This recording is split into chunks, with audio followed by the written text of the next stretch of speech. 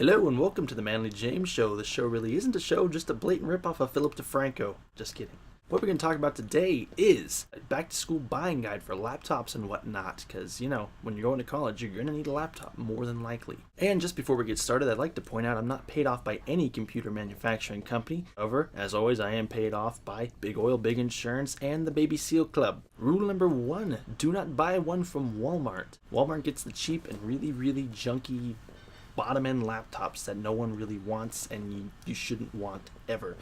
Yeah, they're cheap, but they're not going to last you more than a couple of years. They use last year's components, so they might be, moderately fast now, but in a year, because they're already outdated by the time you buy them, they'll become really slow really quick. And on top of that, they're just built really crappy too, like with cheap plastics, and they will not last you. They feel flimsy. No. Stiff to buy. If you can afford it, of course, go ahead and get a MacBook Pro. They don't make the MacBook anymore. I don't know why they stopped doing that, whatever. But get the MacBook Pro like I have here, because it's very fancy and nice and built to precision. Of course, you can afford a MacBook Pro.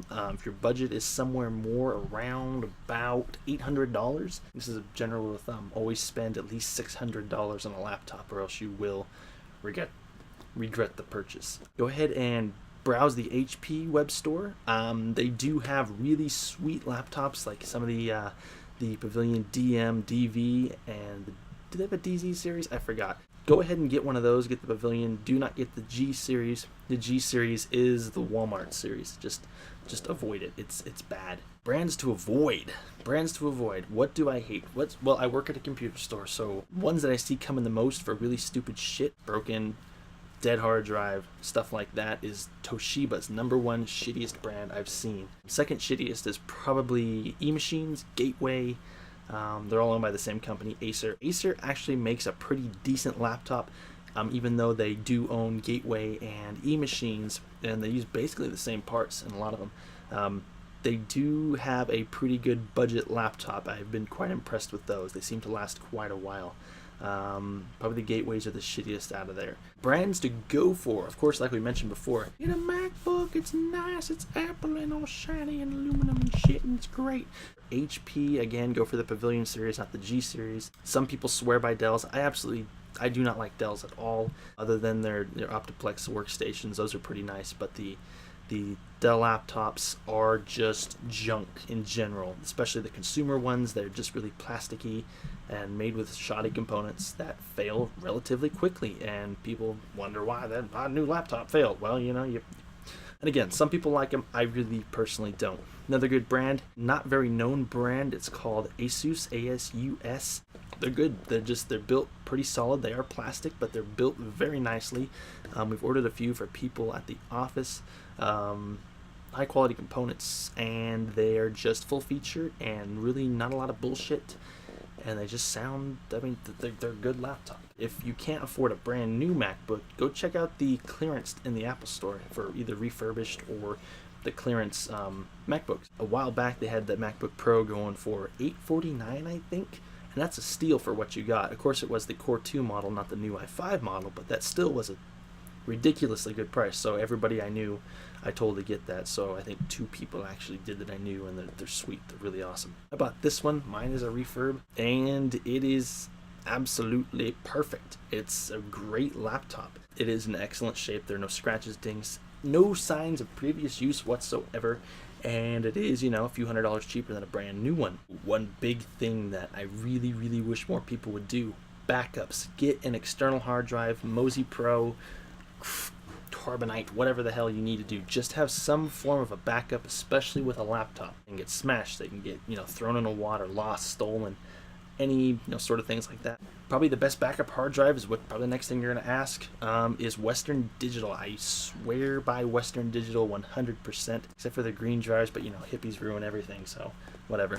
Best hard drive brand ever. So externals, get a Western Digital. Another thing about the MacBooks and whatever, they last a really long time. Not only are they really nice to have brand new, but 10 years down the road, this will still be running, doing pretty much everything you could ask for.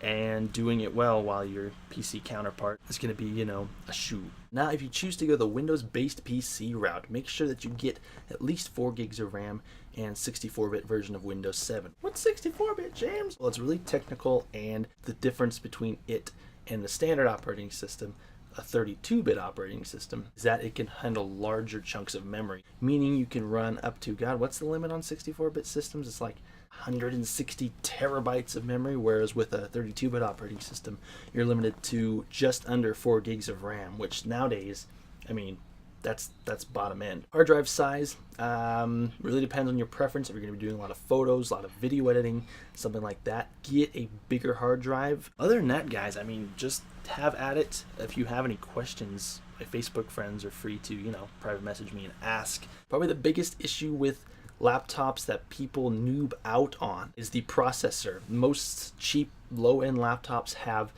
like I said before, the last year's processors like the Intel Pentium dual core. It's not based on the old Pentium architecture like the Pentium 4s used to be, because those absolutely blew. Fun fact, the Core 2 line and the Core i5 line are actually based more on the Pentium 3 than they were on the Pentium 4. It was a completely different architecture. It's pretty interesting. End of the nerd talk. The Pentium dual core is basically one of the Core 2 duos that didn't make the cut. It was the little processor that couldn't.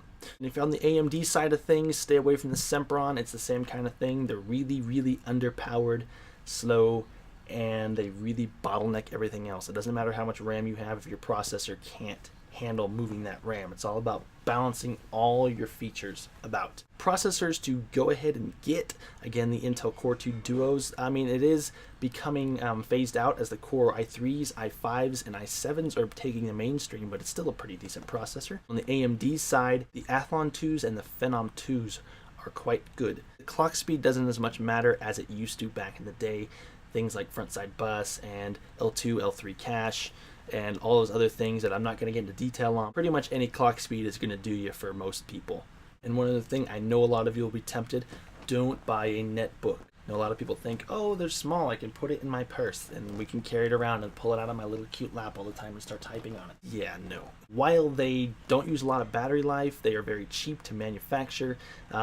They are seriously underpowered. If you were to show this full screen on a netbook with an Atom or Neo processor, it would struggle through it. You'd probably see some lag every now and then. Now, the only exception to that rule is probably, here I go being an Apple fanboy again, the 11-inch MacBook Air, which being 11 inches, it classifies it as a netbook. However, it does have standard laptop type parts in it.